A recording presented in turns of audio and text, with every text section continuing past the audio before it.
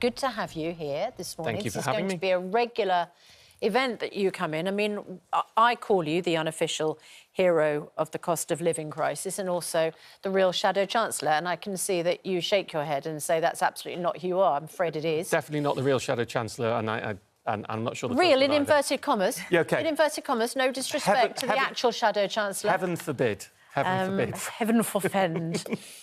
So lots of people getting in touch, of course, as you always do and should when Martin Lewis is on, because you really do, you know, you are the person who reads all the small print and you know all the details. Let's go to the questions and stop the hagiography.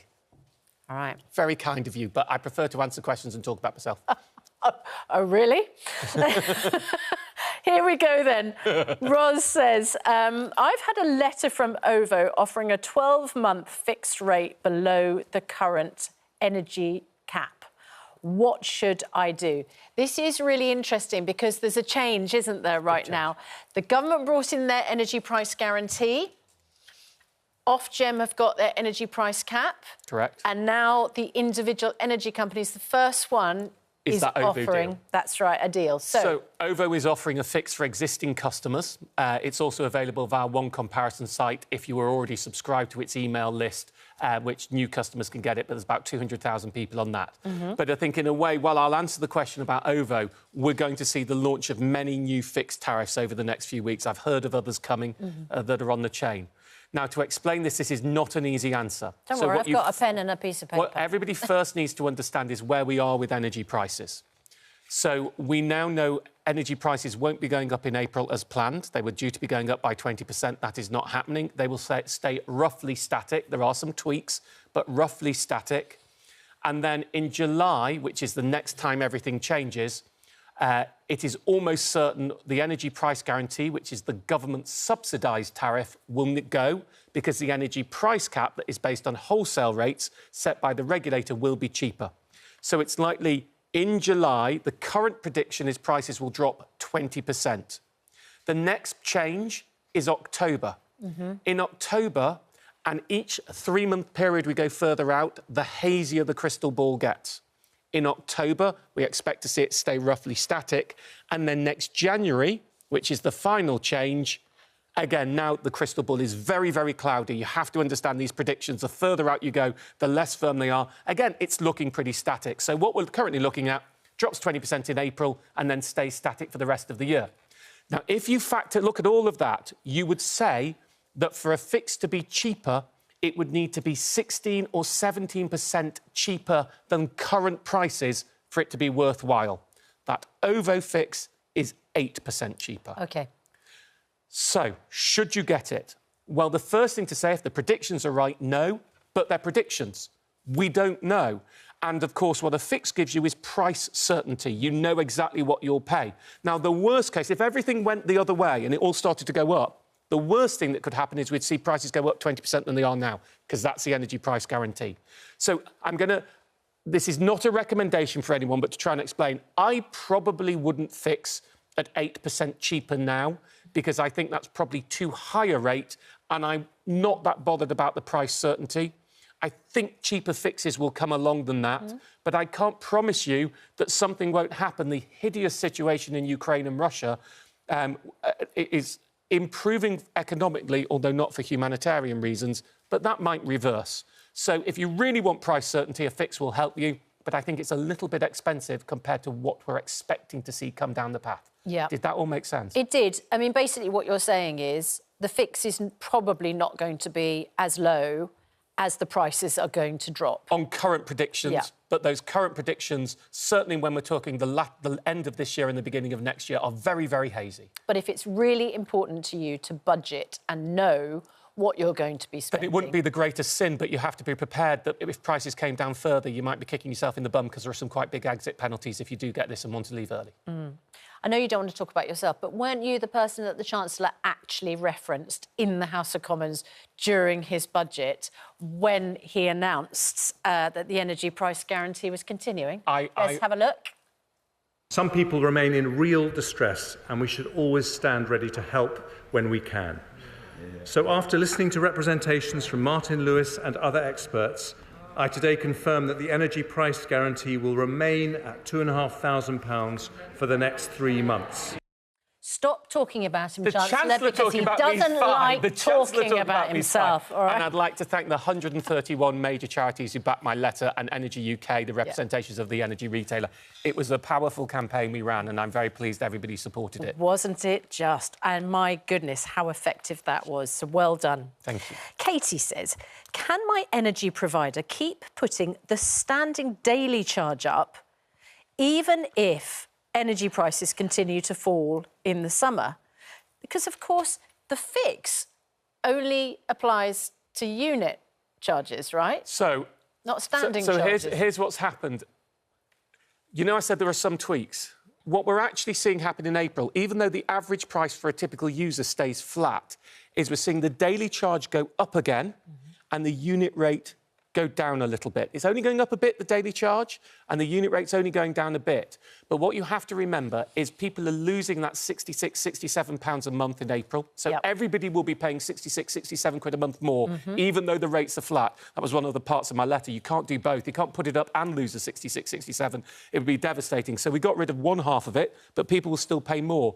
And that, of course, disproportionately hurts lower users, for whom 66 quid is a bigger part of their bill. But also, the way the structure, the underlying price cap that dictates the guarantee that comes from the regulator, I won't go into the technicals, works is lower users, because the daily charge is going up, will pay proportionately more, and higher users will pay proportionately less. It's not a huge swing, but it is a swing, and that isn't your energy firm, to be fair. That's the regulator. Can you just explain the difference between unit price and standing charge is literally... I know that unit price is per unit of energy. That's... Standing charge is how much you pay a day for the facility of having a gas and electricity. So if you didn't use any energy in the year, I think in April we're going up to around, you'd pay £300 just to have the facility to have gas and electricity, even if you didn't use any. And why is that going up? Why is it more expensive to have the facility? Because the regulator likes to put fixed charges onto the electricity standing charge, especially because everybody pays it. The charges, so for companies that have gone bust and transmission and green issues are all bundled to that standing charge. Now, I have argued, didn't win this one, that is a moral hazard, because it hurts people who are trying to reduce their bills.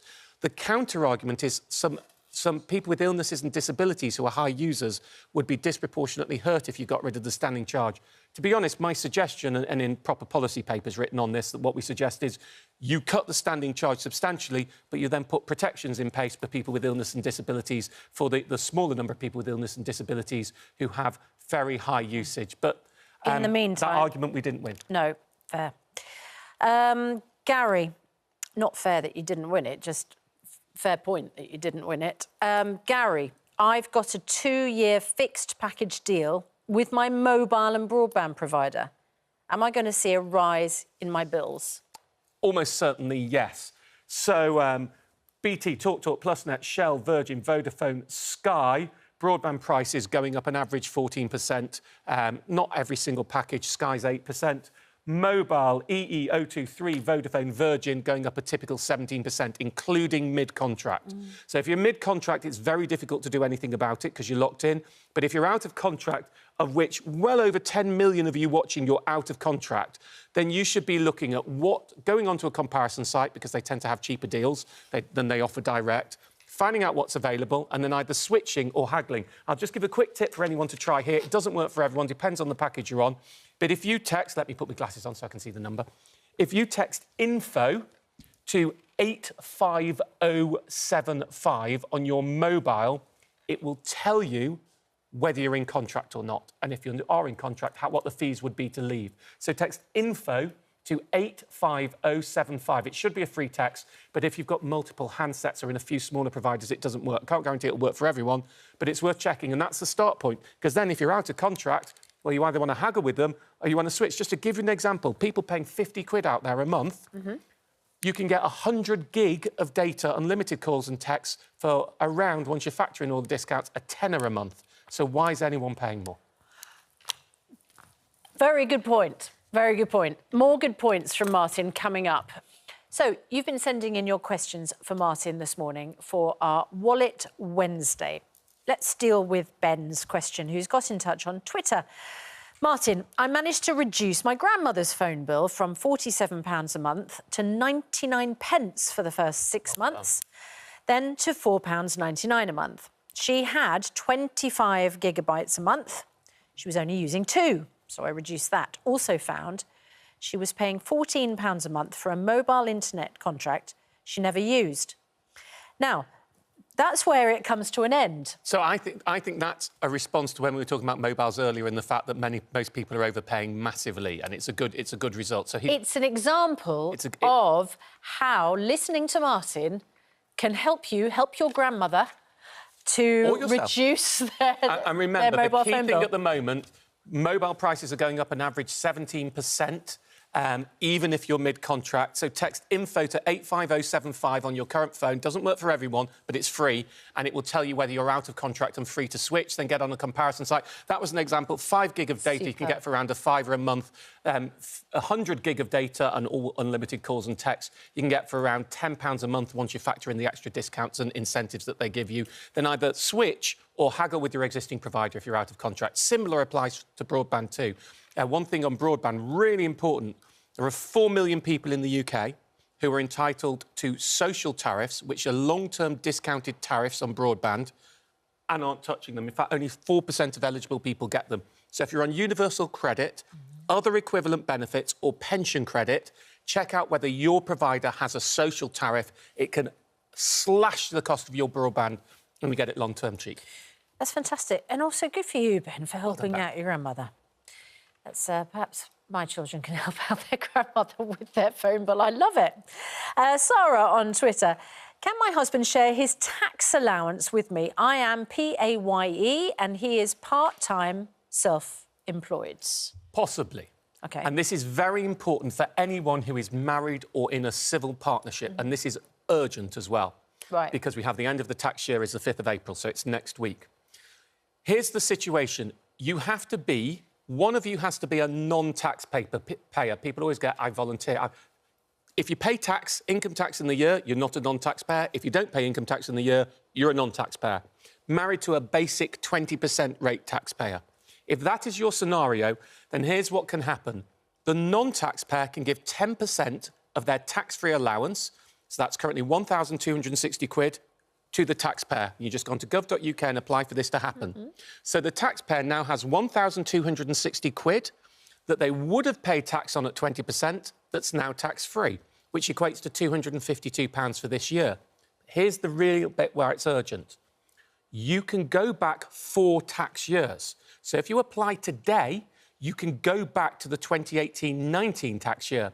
If you leave it until the 6th of April next week, you lose that year, which means you lose £250. Someone who was eligible back to 2018 now would get £1,242, and it would either come by cheque or bank transfer. It's the easiest money that you'll make. So if you're in that circumstance and you're one of the 2.1 million eligible couples who have not claimed, 2.1 million of you, marriage tax allowance, the non-taxpayer applies. It's at gov.uk. It is a gain in almost all circumstances, apart from this real quirk that I won't explain, I'll just tell you.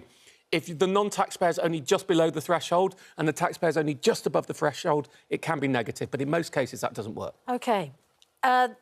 Are there any other key deadlines, of course, people need to be aware of? Because, of course, with the tax year ending next week... It's that 2018-19 deadline that's really important. You lose that. Now, if you remember, the deadline to claim payment protection insurance was August 2019. So in the run-up, in April 2018 to April 2019, lots of people were doing it.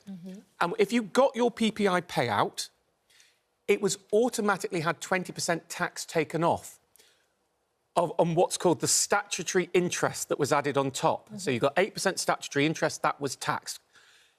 Now, most people shouldn't have paid that tax because you're allowed to earn £1,000 of interest a year and it counts as savings interest. So you can reclaim that tax. It is complicated.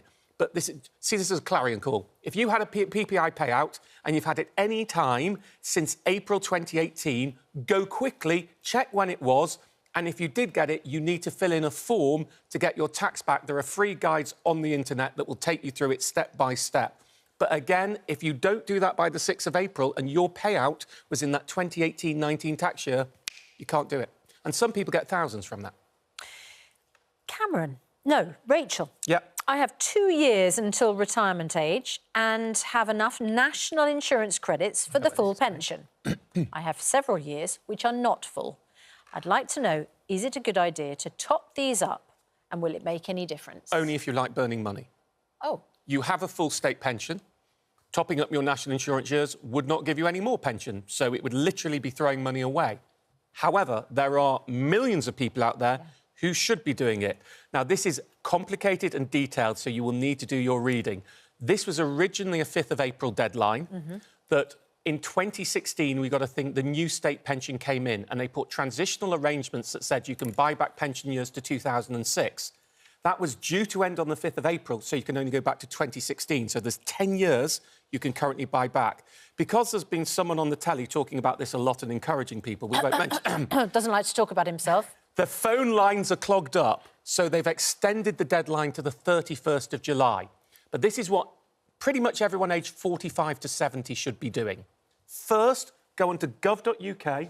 I'm looking at you, even though you're obviously not in that age, Charlotte. Yeah, I did check mine the other day, though. It's important to check whether you've still... So you've got something you need to top up. The first thing to do is check, are you missing any national insurance years? You can do that on gov.uk on its national insurance page. If you are, you then go to your state pension forecast, unless you're already getting your pension when you should know, and that will tell you whether you're likely to get a full state pension. If you've got missing years and you're not likely to have a full state pension, then you need to consider whether you should buy those years. Now, just to put this in perspective, a year costs £800 if you have to pay for a full year. You get over £250 a year extra on your state pension. So you live just 3 years, it pays back. Typical life expectancy once you get to pension age, 20 years. So pay £800, you're going to get £5,000 index linked. But you'll need to call the Future Pension Service to get them to give you a bespoke calculation, because if you get it wrong, it'll be very expensive. And that's the thing that's clogged up at the moment. So you're just going to have to wait.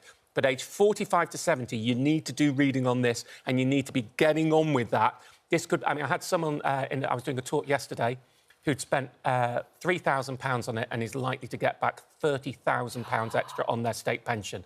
And some people can get those years for free if they... No wonder you were checking, Charlotte. It's really worth checking. I listened to Martin. It's really worth Take checking. action. Well done. Thank you. you. Have a piece of apple. It's all I've got to give you. There we go. Thank you very much. You don't get one. Cameron on email. He's a 20-year-old student studying at Cardiff University, living in a student house. Yep. What is the benefit of putting money into an ISA rather than my regular savings account? If it's a cash ISA for you, unless you've got £20,000, £30,000 worth of savings, which would generate enough interest that you might start paying tax on it, absolutely none. And cash ISAs pay less than normal savings, so you'd want to put it in normal savings. But if you're 20, I'm guessing you've never owned a house before. If you've never owned a house before and you're aged between 18 and 39, then the lifetime ISA, you can put up to £4,000 a year in it. You get a 25% bonus on top, which means £1,000 a year if you max it out, that can be used either to a first-time house worth less than £450.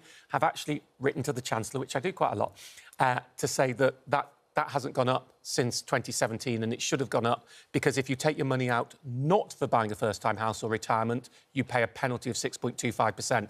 But the lifetime ISA is very lucrative and should be looked at. And another quick tip, I noticed you writing it down because I know how old your children are. If you have a child who's 18 or 19 or 20 and they're not thinking about wanting to buy a house because it's a long time away, here's a tip. Put £1 in a lifetime ISA for them, because you have to have it open for a year before you could get the bonus as a first-time buyer. But if you put £1 in, you've started the clock ticking. If they then choose to use it later, they can use it instantly. Now, I should do a risk warning. If they don't buy a house with it, you lose 6.25%, which is 6.25 pence. So putting the £1 in, you are risking 6.25 pence. But I would say for the potential access of getting thousands of pounds extra as a deposit towards your first-time house, it's worth the 6.25 pennies. Ian says he needs to get in touch with HMRC to get his national insurance reference number for his pension. But he can't get through to them. What a surprise. I can imagine right now everybody's trying to get through to HMRC. So what else can we do? This is the Future Pension Centre, right? So I spoke to Department for Work and Pensions about this phone line being clogged, and they are bringing extra staff on board, and I have asked them after Easter to give me an update on how it's going, because it takes time to bring them on board. I'm the reason it's clogged up, because so many people are going to do this. That's why you don't like to talk about yourself. I'm giving practical information. It's somewhat different. So, look, this is important.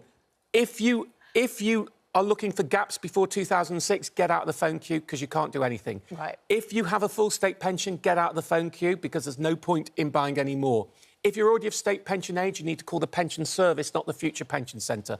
So doing my bit to try and reduce the queue for people who shouldn't be in it, you should always have done the online stuff first. But the future pension centre is for those who've got gaps, aren't on the full state pension and think they should be buying years. Then you need to make the call. It's going to be a nightmare to get through for the next 3 or 4 weeks. Hopefully they'll bring the capacity on. That's why the deadline's been extended till July. And they've also frozen the cost of buying extra years. It's not gone up with inflation. So we have until July. I will be doing updates. I'll do them here. And once that phone line unclogs, I will tell you about it on the show. You're like a bouncer going up and down the queue with a clipboard saying, you're not on the list, you can't get through. Don't call. Martin, thanks so much. And I don't like to talk about myself. No, we don't, doesn't like But a little bit more about me. Right, Ros on email. I have had a letter from OVO offering a 12-month fixed rate below the current cap. What should I do? OK, sit back, everyone. This takes a bit of time to explain.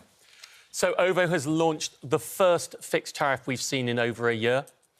It is only available for its existing customers, apart from via one comparison site where people who are already signed up to its email list can get hold of it, about 200,000 people. But the reason this is important is it's the first fix, and I think we're going to see many more.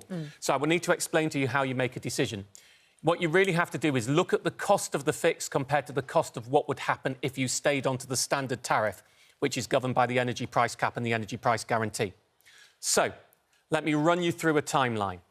In April, prices are going to stay flat because they're not putting them up by 20%, which had previously been arranged. I mean, there are slight tweaks to standing charge and unit rates. The next point is July. In July, for the first time, as wholesale rates have dropped, we expect the price cap to drop, so there'll no longer be a government subsidy, and the amount that people pay will go down by around 20%. Not firm on the exact 20%, but pretty firm it's going down in July. The next price cap is October.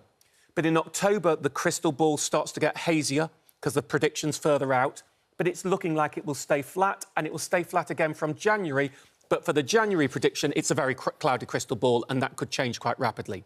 But if those predictions were right, you would want to be fixing at around 16 or 17% cheaper than current prices over the next year for it to be worthwhile. The OVO fix is 8% cheaper than current prices. So if the predictions are right, it isn't worth it. But we have to value in price certainty. If you fix, you know what you're going to pay. If you don't fix, the worst-case scenario is prices go up 20%, which is the maximum they're capped to be under the price guarantee. So personally, I think it's probably not quite cheap enough unless you really want price certainty, and more cheaper fixes will probably come out. But that is based on predictions. Predictions are not right. And I cannot promise that in 6 months' time, if heaven forbid the economic situation from Russia-Ukraine got worse, that things moved back the other way, you wouldn't look back in hindsight and go, I wish I'd got that at 8% cheaper. But based on current predictions, it's not worth it. Clive says, I became self-employed in September 2020, and due to set-up costs, etc., I didn't earn over the threshold to pay tax on NI. Do I need to pay anything to top up my pension pot? Well, if it was from 2020, you don't need to make the decision now. The real crucial decision on topping up your pension is the years 2006 to 2016, because they're the ones which you can no longer buy back after it was going to be the 5th of April. It's been extended to the 31st of July. So check, are you missing years? You know you are. Then check what your state pension forecast is. Both can and should be done on gov.uk. Is it forecasting you'll get a full state pension? If it is, you don't need to top up anything. If it's not, well, unless you were planning to give up work, if it's not, you might want to top up, but as your years are after 2020, you can wait and see what the situation would be for the moment, because you can always go back 6 years. It's those 10 extra years that were transitional arrangements that people are using. Anyone aged 45 to 70, you need to be reading now about whether you should be looking to top up extra national insurance years. It's complicated. There's definitely information out there written by people on it, and podcasts and things, but there you go. But I don't know by who. Including by someone very close to where we're sitting right now. I can't say, so there we go.